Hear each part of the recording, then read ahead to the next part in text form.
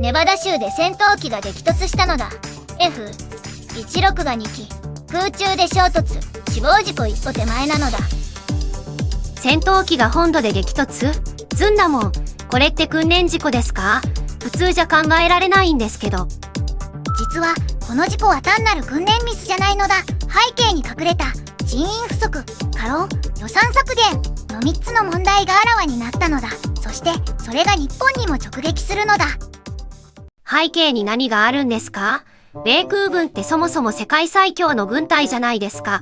戦闘機の操縦なんて日常茶飯事だと思ってたんですけど。その通り。だから今回は異常事態なのだ。ネリス空軍基地の人員配置を見ると、この3ヶ月で中東派遣を5万人から7万2千人に急増させたのだ。つまり、本土の基地は人手不足になったのだ。2万2千人も急に中東に送った？それって何のため？イラン戦争ですか？そう、ホルムズ海峡の封鎖に対抗するため、アメリカは大量の軍人を中東に送ったのだ。その結果、本土の基地では訓練時間が月 50% 削減されたのだ。50% ですよ。半分なのだ。私の例え、ピアノの先生がある生徒に毎週10時間教えるために、他の生徒の授業を月の半分キャンセルしちゃったみたいなものかしら。そりゃ上達が止まっちゃうわね。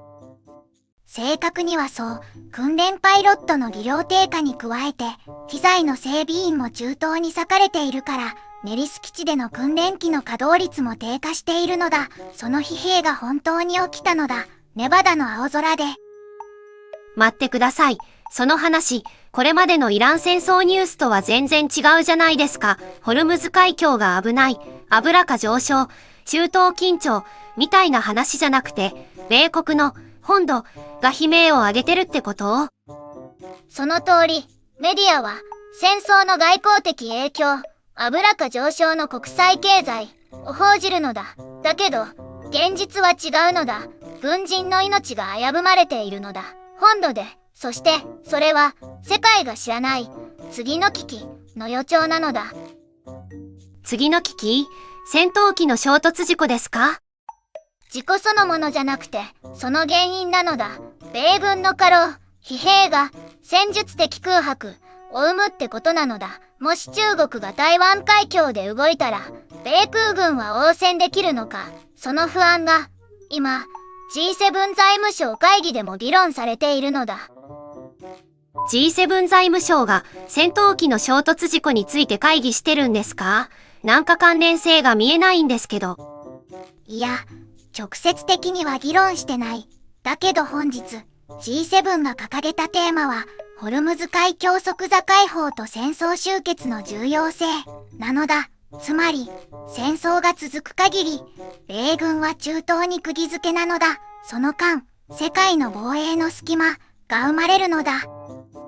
そして、もう一つ、G7 が、経済ショック軽減、というのは、単なる油価高騰の話じゃないのだ。石油在庫が過去10年で最低水準に落ちているのだ。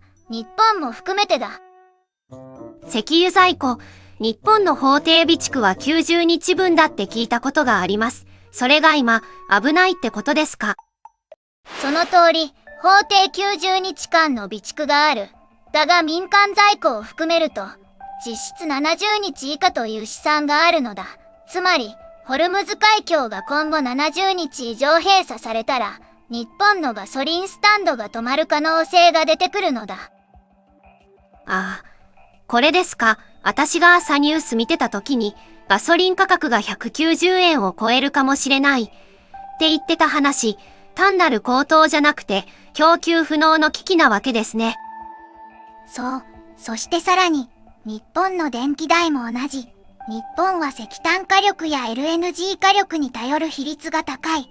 ホルムズ封鎖で LNG 価格が上昇すれば、月々の電気代が3000円から5000円上がる家庭も出てくるのだ。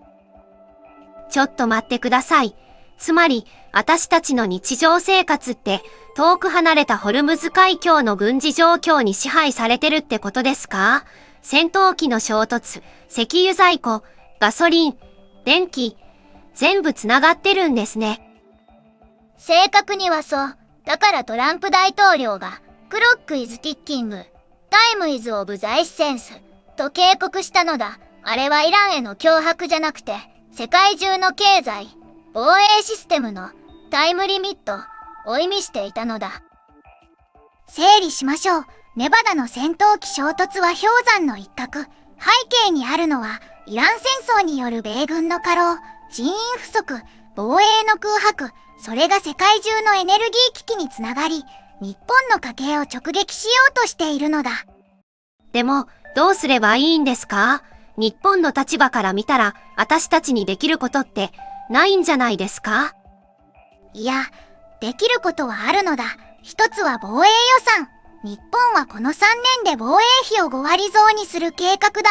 これは、米軍が中東に釘付けだからこそ、日本が自前で防衛力を持つという戦略の表れなのだ。二つ目は、エネルギー政策。LNG 在庫を今から積みます。再生エネや原発の活用を急ぐ。政府は、そうした対策を本格化させている。そしてあなたも、3ヶ月後にできる3つのことがある。一つ、家計で先に支出を減らしておく。ガソリンの満タンはハイブリッド車に切り替える。二つ、電気代が上がる前に、太陽光パネルやスマートコンセントの導入を今月中に判断する。三つ、食費、輸入食品が値上がり前に備蓄しておく。